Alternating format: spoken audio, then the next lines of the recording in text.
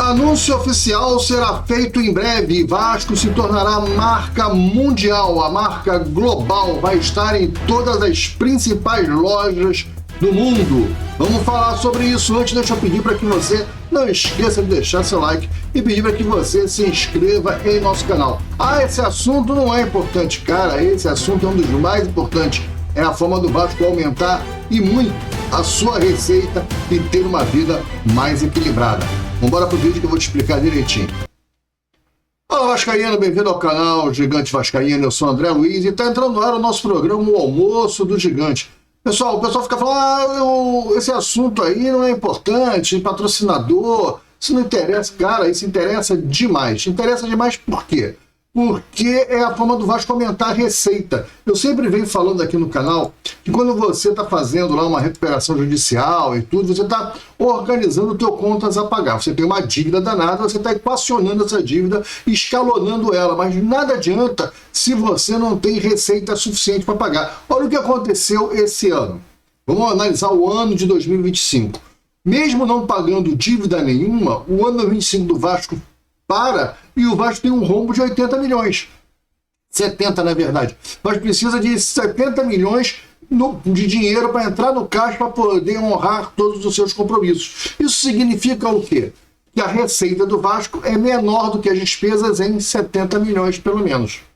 Então o Vasco pegou um empréstimo de 80 milhões, com a Crevisa teve que se endividar, pegar um empréstimo para poder dar um encharque no fluxo e conseguir honrar todas as suas obrigações. Isso está errado. Claro que está errado. Claro que está errado. Como é que você resolve isso? Vendendo um ativo. Por isso que ele vende jogador a qualquer valor. O Vasco não vendeu seu ativo porque sabia da possibilidade de buscar um empréstimo DIB na recuperação judicial. Então o Vasco segurou o Ryan.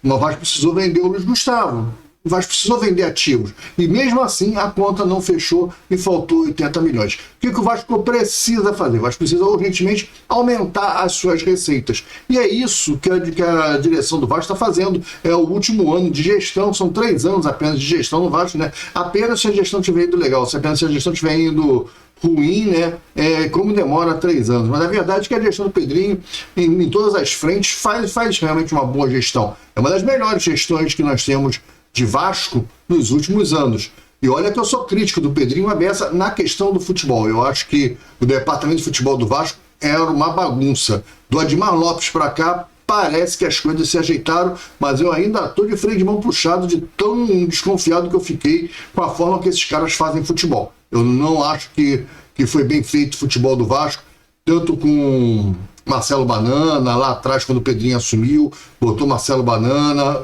manteve Marcelo Banana até o meio desse ano, um trabalho horroroso, teve 2 janelas, janela então principal, que a janela de janeiro foi uma coisa assim absurda de ruim, né? O cara não conhecia jogador, não conhece ninguém, ele trouxe o Lloyd Augusto, a culpa não é só do Marcelo Banana, mas é do Felipe, do Pedrinho, dos scouts, uma coisa horrorosa. Você vê, a própria notícia que saiu agora, que o Admar Lopes bancou o Andrés Gomes, porque os scouts do Vasco falaram, não, esse cara não é bom não. O scout do Vasco, que disse que ok pro Lloyd Augusto, deu opinião dizendo que o Andrés Gomes não era bom. Esse cara tem que ser demitido, né? Tem que pegar os caras do scout do Vasco e demitir esses caras todos. Pode demitir eles todos, fazer uma limpeza, demitir. O cara disse ok pro Lloyd Augusto e disse não pro Andrés Gomes. Você vê que são pessoas que não entendem de futebol. Então pode sair. Mas o Admar Lopes bancou, e como ele estava chegando com moral, para não puxar o tapete dele, o Pedrinho e o Felipe acataram, e aí ele trouxe o Andrés Gomes, tá aí. Baita jogador, hoje titular absoluto do Vasco. Mas não, o papo do vídeo hoje não é futebol. Vamos voltar aqui para a história. O Vasco está para fazer o anúncio agora, vai ser no final do ano, mais ou menos, no final de novembro, por aí. O Vasco já deve estar preparando esse anúncio com a Nike, né? Todo mundo já sabe da história da Nike, mas a gente vai trazer mais detalhes aqui nesse vídeo. Fica no vídeo que eu vou te trazer detalhes de valores, de grana, o que está acontecendo aí nos bastidores. Começar logo com a primeira notícia de bastidor, é que a Nike já fez uma reunião com os lojistas do Vasco, tá? Ainda não se apresentou a camisa, ninguém sabe como vai ser a camisa ainda, é uma surpresa, etc e tal. Mas a Nike fez esse primeiro encontro com os lojistas porque ela quer entender como é que funciona a distribuição, como é que é a venda, o consumo, as campanhas. E aí ela já começou, junto com os lojistas, a coordenar a entrada dos novos produtos. Não vai ser só a camisa. A Nike tem outros produtos, vai vir com chinelos também, vai vir com shorts, né, diferenciados, não só o short de jogo, mas short de passeio, né, camisas de passeio, camisas não só de jogo de futebol, mas camisas ilustrativas com a marca Vasco. Então é um enxoval completo que a Nike está fazendo, e ela apresentou esses seus produtos para os lojistas, que ficaram bem animados por causa da gama de produtos, a variedade, a diversidade de produtos que tem, né? E a Nike já apresentou o projeto. Agora teve uma reunião essa semana com o Pedrinho e com seus pares do Vasco, com o pessoal da Nike, onde a Nike e o Vasco estão alinhando a ideia do Vasco ser uma marca global, ou seja, o Vasco vai estar presente em todas as lojas mundiais da Nike. Então você vai nos Estados Unidos, entra na loja da Nike, vai ter roupa do Vasco, vai ter o uniforme do Vasco, vai ter um boné do Vasco da Nike, vai ter um short do Vasco, vai ter um meião do Vasco, vai ter a chuteira da Nike do Vasco, vai ter o material do Vasco, vai estar nas lojas da Nike no mundo. Ah, você foi lá na Ásia, você foi visitar o Japão, entrou na loja da Nike, vai ter uma roupa do Vasco. Isso para fortalecer a marca Vasco no mundo todo. A ideia, o conceito, que o Vasco está no mundo. O Vasco é um clube do mundo. Então, o Vasco vai fazer esse tipo de trabalho junto com a Nike, a Nike com o Vasco. É mais ou menos o que foi feito com o Barcelona, né, já lá atrás, né, no início dos anos 2000, no final dos anos 90, né, foi feito um trabalho de marketing do Barcelona ser um clube mundial, e o Real Madrid logo depois veio também junto com essas ideias, né. A nível de faturamento, a nível de grana, né, falar isso rápido, para o vídeo não ficar muito extenso, né, um vídeo enorme, gigantesco aí, a nível de faturamento, o Vasco vai dar um salto, galera, um salto absurdo. Só para você ter uma ideia, a capa, né, eu gosto da capa, eu tenho um sentimento afetivo pela capa, né, eu gosto da chupa da capa, eu gosto do uniforme da capa, eu acho que a capa faz camisas muito bonitas, mas a capa paga ao Vasco R$600 mil por ano. Cara, é muito pouco. O Vasco vai receber da Nike 42 milhões por ano. É um contrato de 300 milhões por 7 anos. O Vasco vai receber 42 milhões por ano da Nike. Recebia 600 mil. Tem noção do que é isso? Você recebia 600 mil reais, vai receber 42 milhões. Cara, é um salto absurdo. O Vasco recebia menos de 1 milhão da capa. Cara, isso nem time da Série C está recebendo isso, mas eram os contratos aí que os seus campelos assinaram, renovaram. É isso aí. O Vasco honrou, chegou no final agora, trocou pela capa 42 milhões. Alguns vascaínos ficam, mas a capa vai pagar 58 milhões por ano ao Corinthians. Cara, olha só. A gente tem que entender as coisas como elas são, né? O Vasco é um clube que vem com uma história recente de quebra de contrato. O Vasco não respeita contrato, né? Foi assim no passado com o Eurico, que o Eurico quebrou os contratos de fornecedor de material esportivo. O próprio Campelo, com um problema aí que teve com a própria capa, e depois voltou atrás. O Vasco tomou a Série 7 partes, certo ou não, fica esse histórico, que o Vasco é um clube que faz o contrato e depois entra na justiça e quebra o contrato. Infelizmente, esse é o histórico do recente das nossas más administrações. Não estou dizendo que a gestão do Pedrinho vá fazer isso, mas isso é o que fica para o mercado. O mercado olha para o Vasco e tem esse medo de fazer negócio com o Vasco. Talvez esteja fazendo agora porque a gestão se mostra séria, coerente, com contratos mais bem elaborados, com cláusulas de saída e de entrada de contrato com multas altas, protegendo as duas partes. Enfim, o cara acaba fazendo o negócio. E aí, então, o cara começa com um valor um pouco menor. 42 milhões para um Vasco que recebia 600 mil. Isso também desvaloriza. Se daqui a 5 anos a Adidas quiser vir patrocinar o Vasco, ela já vai partir acima de 42 milhões. Mas para tirar a capa era muito fácil. A base era 600 mil reais, cara.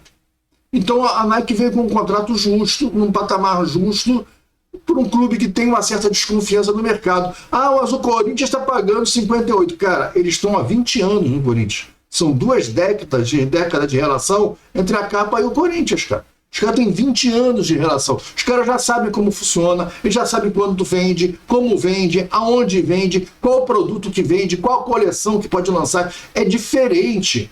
O projeto, o cara pode oferecer um valor a mais porque ele tem ideia de quanto ele vai recuperar e como ele vai recuperar. O Vasco é uma aposta.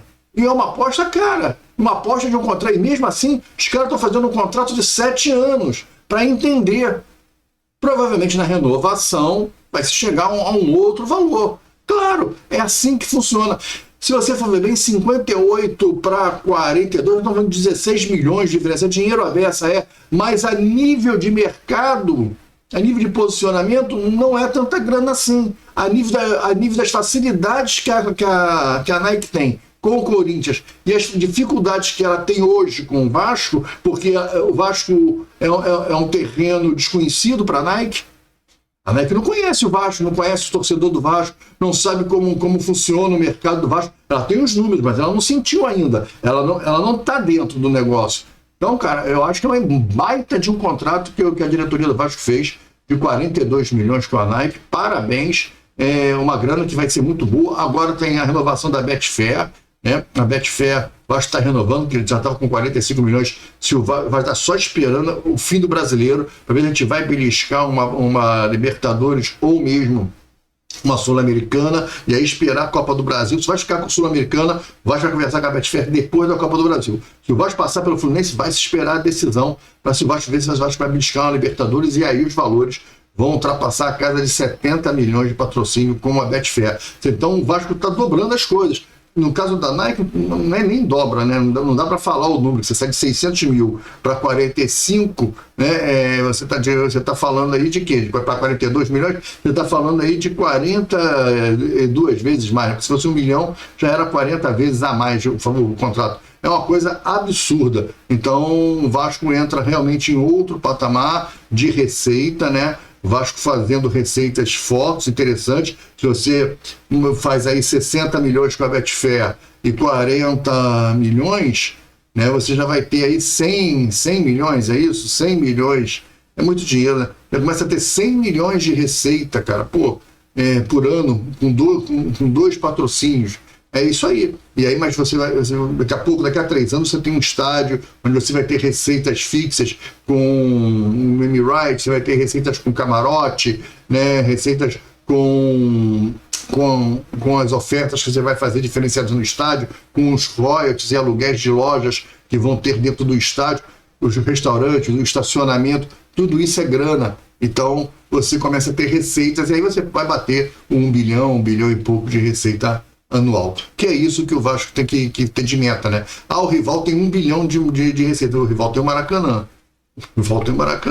É por isso que ele tem 1 bilhão de receitas, está explicado. É isso? Galera, um grande abraço, fique com Deus. Mais tarde tem vídeo aqui no canal. Espero que você tenha ficado feliz com essa notícia. Eu particularmente gostei. A ideia de fazer o Vasco uma marca mundial, ela é muito interessante, né? O Vasco é um clube de colônia portuguesa, tem português no mundo todo, né? O Vasco é um clube que tem que estar dentro de Portugal. O Vasco tem que estar em Portugal. O Vasco tinha que ter um time em Portugal, tinha que ter uma sede nossa aí em Portugal, disputando lá a segunda, a terceira, ou a primeira divisão lá em Portugal, né? Que não fosse para ser campeão de nada, mas para estar dentro do movimento de Portugal, poder levar e colocar jogadores na Europa, uma porta de entrada. O Vasco já devia estar nesse patamar. A gente vai chegar lá, calma. Eu acho que o Vasco está se organizando para um futuro aí, meio tardio, né? Mas o que passou, passou. O importante daqui para frente vai estar se organizando, vai estar aumentando suas receitas, e isso é mérito da gestão, que em 3 anos está fazendo muito. Se conseguir entregar resultado desportivo,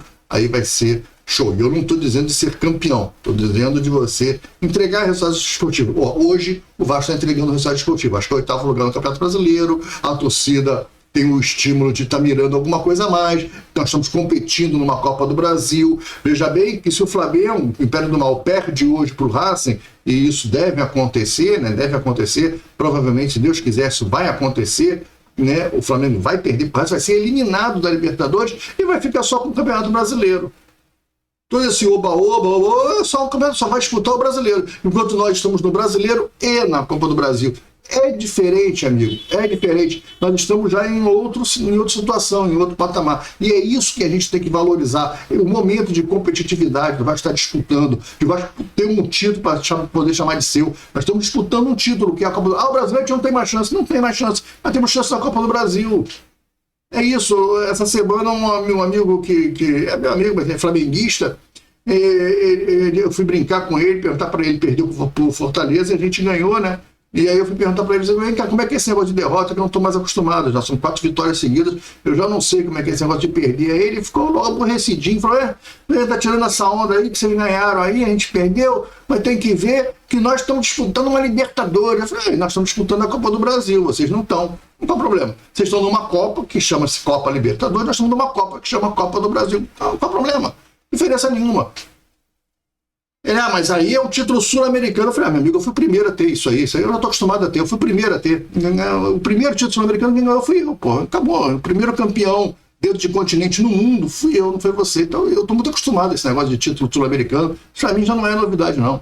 Tinha que tirar essas ondas para esses caras. Mas é isso, eles ficam na bronca. Eles querem estar, né? Tal, e a gente também tem que querer estar numa Copa do Brasil, querer estar numa decisão, numa final, ganhar o título. Nós estamos competindo, nós temos que curtir esse momento. Nós estamos disputando a Copa do Brasil. E eles e quase mais ninguém estão, só tem 4 disputando. Nós somos um dos 4 que estão disputando e com chance. Não somos que nem no ano passado o patinho feio, que sabia que a gente não ia conseguir chegar. E o pior, se passasse pelo Atlético Mineiro, não ia conseguir ganhar do Império do Mal na final. Esse ano é diferente. Esse ano nós temos condições de ganhar do Flores e ganhar de Corinthians ou Cruzeiro, que são 2 times iguais ao Vasco.